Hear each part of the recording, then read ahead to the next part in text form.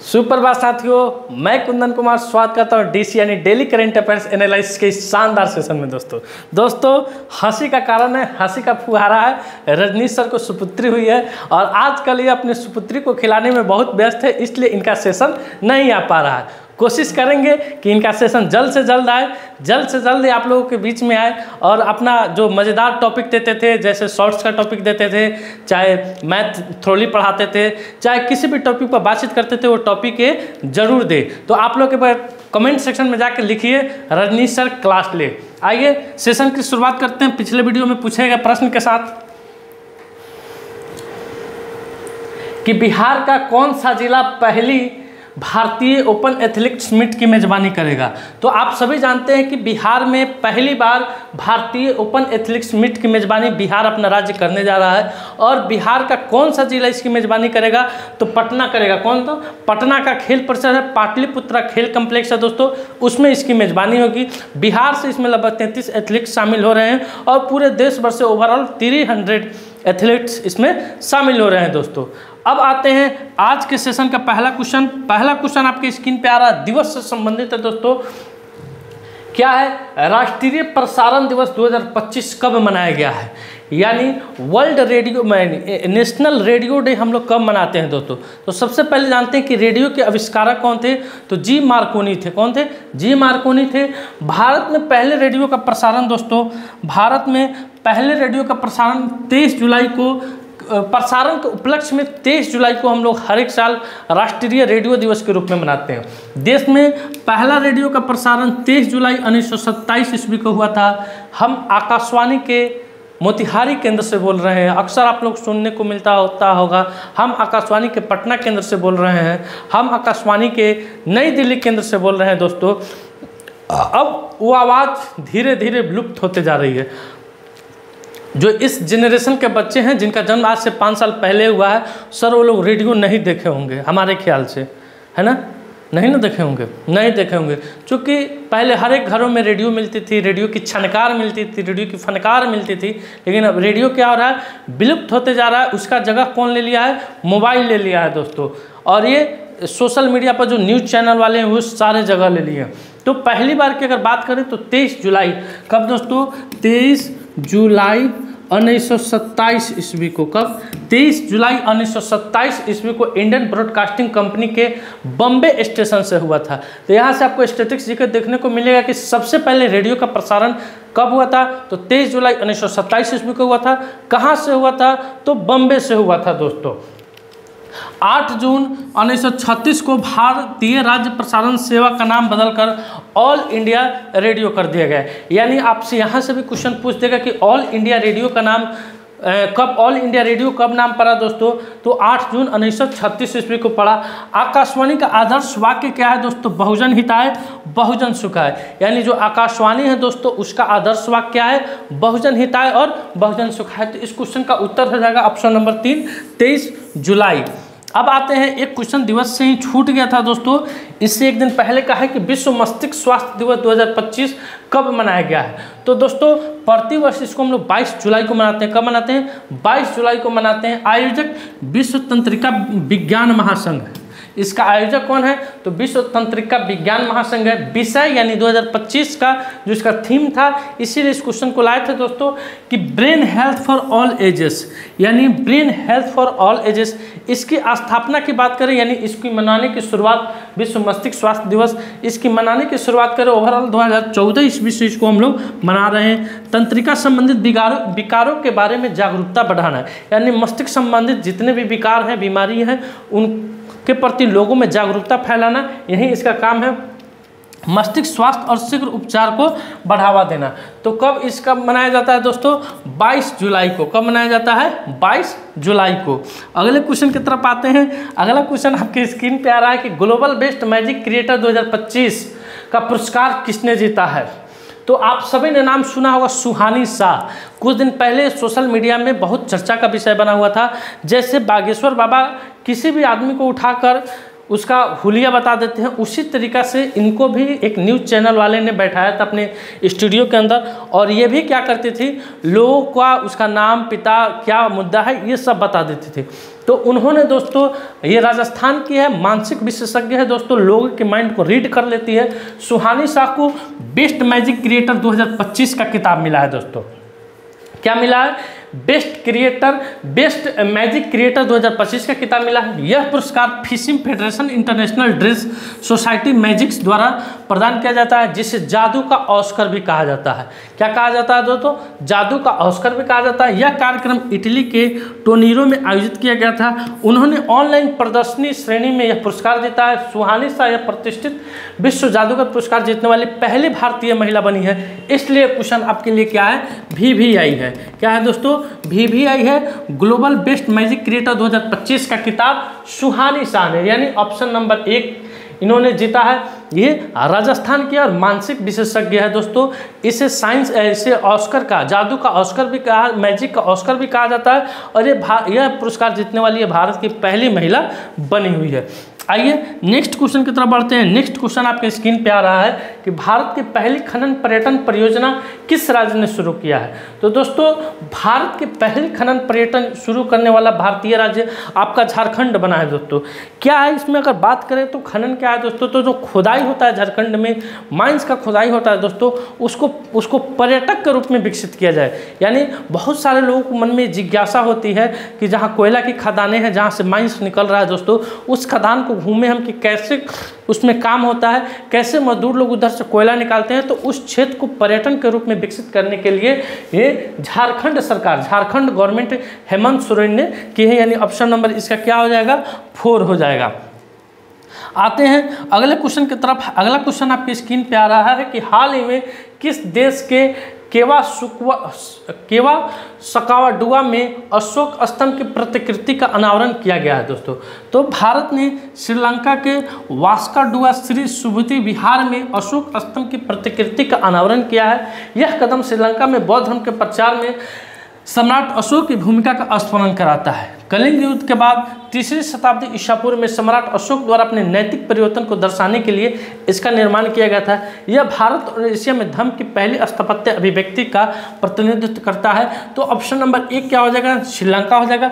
किसके सहयोग से हो रहा है? अगर सहयोग की हम लोग बात कर लें, सहयोग की बात कर लें तो भारत के सहयोग से हो रहा है। अब आते हैं अगले प्रश्न की तरफ। अगला प्रश्न आपकी स्क्रीन पर आ रहा है कि हाल ही में किस देश के वैज्ञानिकों ने बड़ी वैज्ञानिक सफलता हासिल की करते हुए CO2 को भोजन में परिवर्तित कर दिया है? ऐसा कौन सा देश कर सकता है सर, बताइए तो? CO2 को भोजन के रूप में परिवर्तित करने वाला ऐसा कौन सा देश बन गया है? चीन बन गया है। चमगादड़ चीन बन गया है दोस्तों।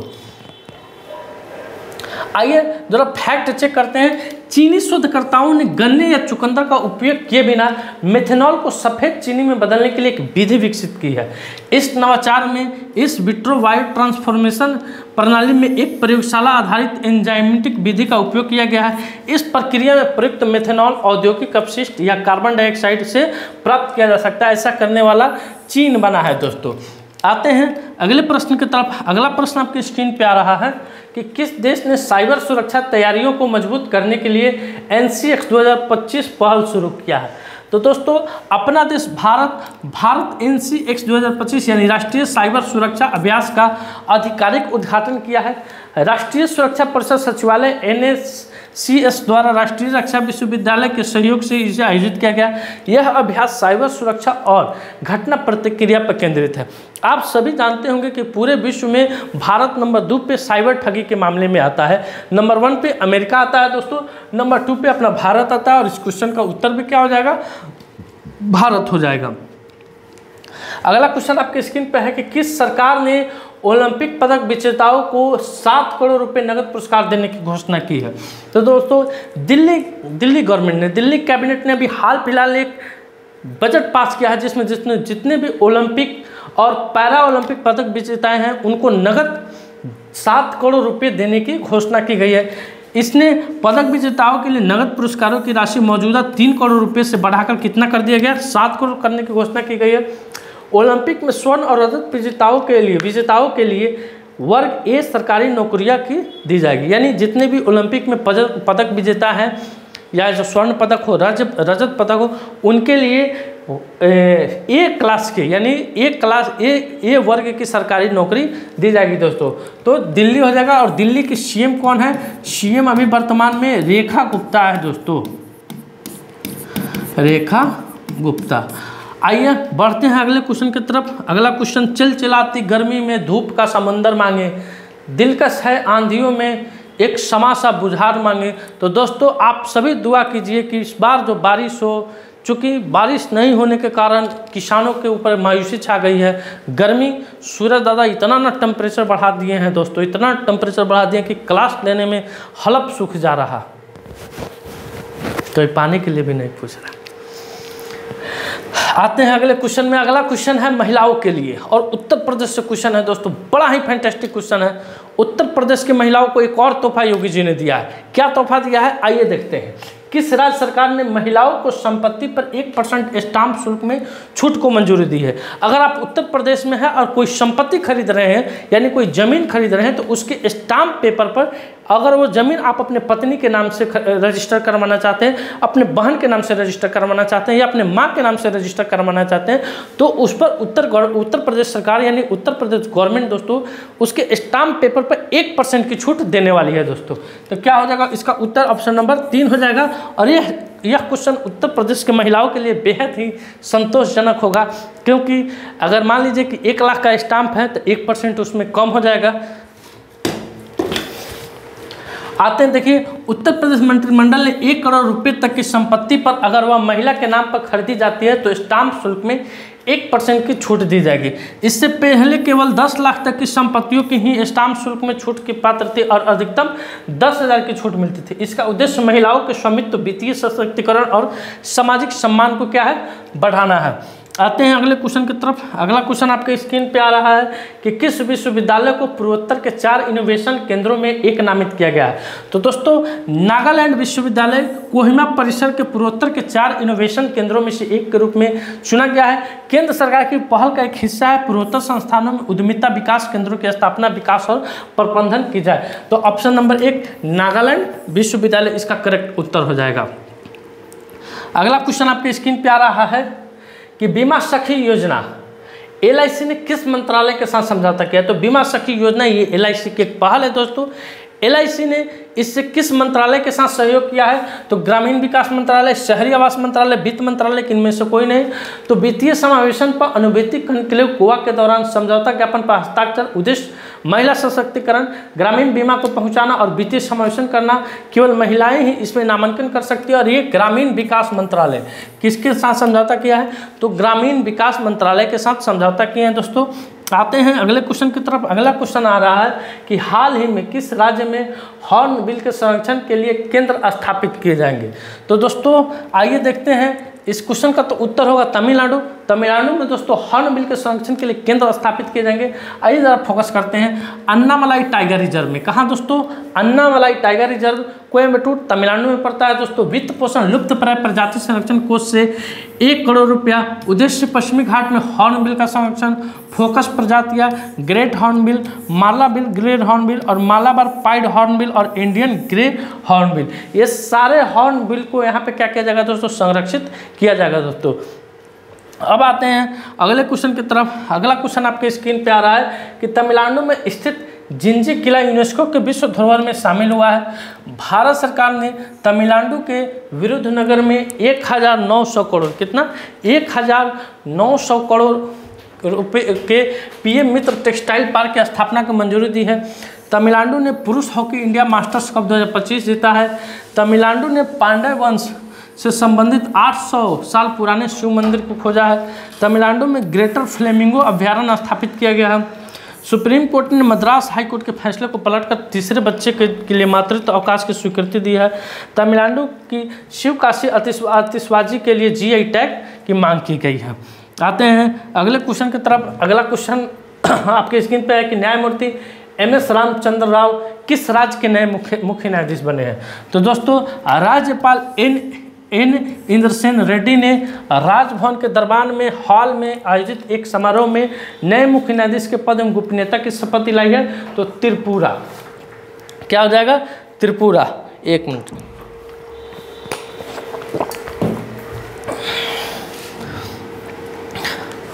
आते हैं अगले क्वेश्चन पर कि त्रिपुरा भारत का तीसरा पूर्ण साक्षर राज्य बन गया है। त्रिपुरा दोस्तों भारत का तीसरा पूर्ण साक्षर राज्य बना है। त्रिपुरा सरकार ने किसानों को सशक्त बनाने के लिए विकसित कृषि संकल्प अभियान शुरू किया है। पूर्वोत्तर भारत के त्रिपुरा में एकीकृत एक्वा पार्क की स्थापना की जाएगी। कोकबोरोक भाषा को संविधान की 8वीं अनुसूची में शामिल करने की मांग की गई है। त्रिपुरा के मुख्यमंत्री ने गारिया और बोरसो बोरोन उत्सव 2025 का उद्घाटन किए हैं। त्रिपुरा में भारतीय कृत्रिम अंग निर्माण निगम अपना पहला सहायक उत्पादन केंद्र स्थापित करेगा। त्रिपुरा के मुख्यमंत्री ने कौशल उदय टोंगई प्रशिक्षण कार्यक्रम का शुभारंभ किया है। भाषणी के साथ साझेदारी करने वाला पहला पूर्वोत्तर राज्य त्रिपुरा बना है दोस्तों।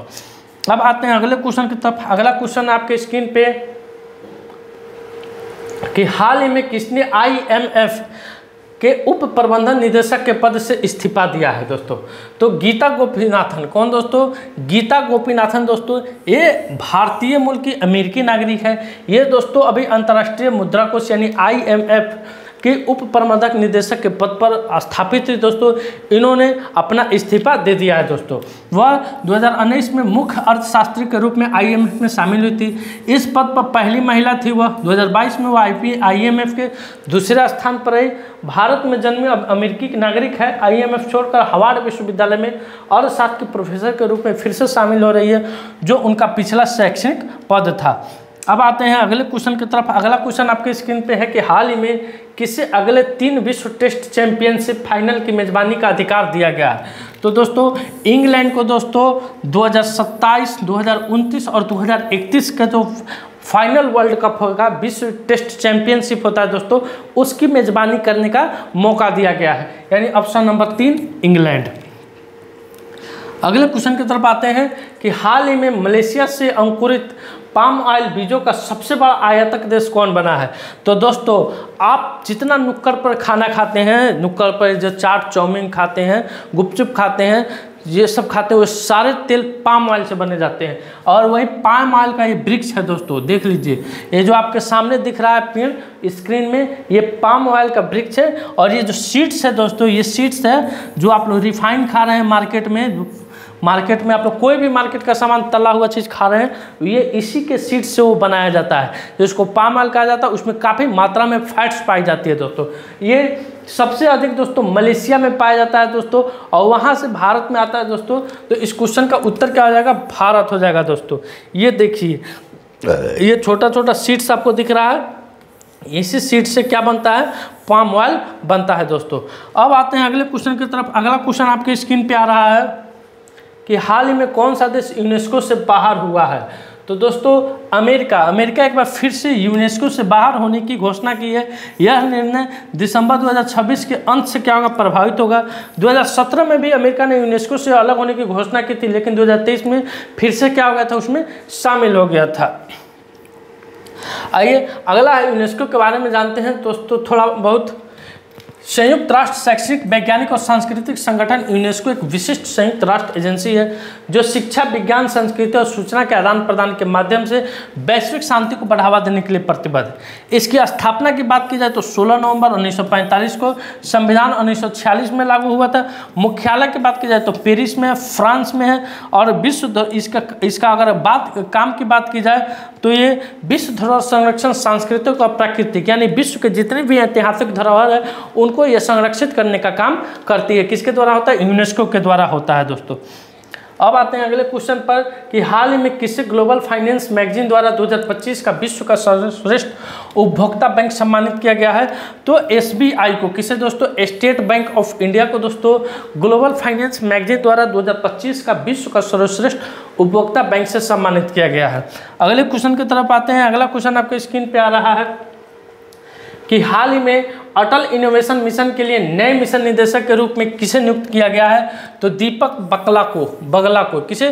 दीपक बगला 21 जुलाई 2025 को अटल इनोवेशन मिशन के मिशन निदेशक के रूप में कार्यभार संभाले हैं। वे डॉक्टर चिंतन वैष्णव का स्थान लेंगे, जिन्होंने AIM के 4 वर्षों तक का सफलतापूर्वक नेतृत्व दिया है। दोस्तों आते हैं अगले क्वेश्चन की तरफ। अगला क्वेश्चन है कुछ नियुक्ति से संबंधित, नहीं है। हाल ही में किस राज्य सरकार ने बांग्लादेशी हिंदू की शरणार्थी परिवारों को भूमि अधिकार दिए हैं? तो दोस्तों एक बार फिर उत्तर गवर्नमेंट सरकार ने बांग्लादेश से जितने भी हिंदू शरणार्थी भारत में आए हैं, उत्तर प्रदेश में आए हैं, उनको भूमि देने का काम उत्तर प्रदेश गवर्नमेंट करने वाली है। दोस्तों तो क्या ऑप्शन नंबर 3 इसका करेक्ट उत्तर हो जाएगा। अगला क्वेश्चन आपके स्क्रीन पे आ रहा है। आज का सवाल है कि हाल ही में प्रति बूथ मतदाताओं की संख्या में 1200 से कम करने वाला भारत का पहला राज्य कौन बना है? तो इस क्वेश्चन का उत्तर आपको कमेंट सेक्शन में जाकर देना है।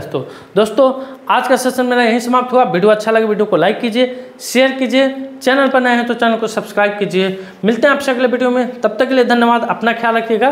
भारत माता की जय।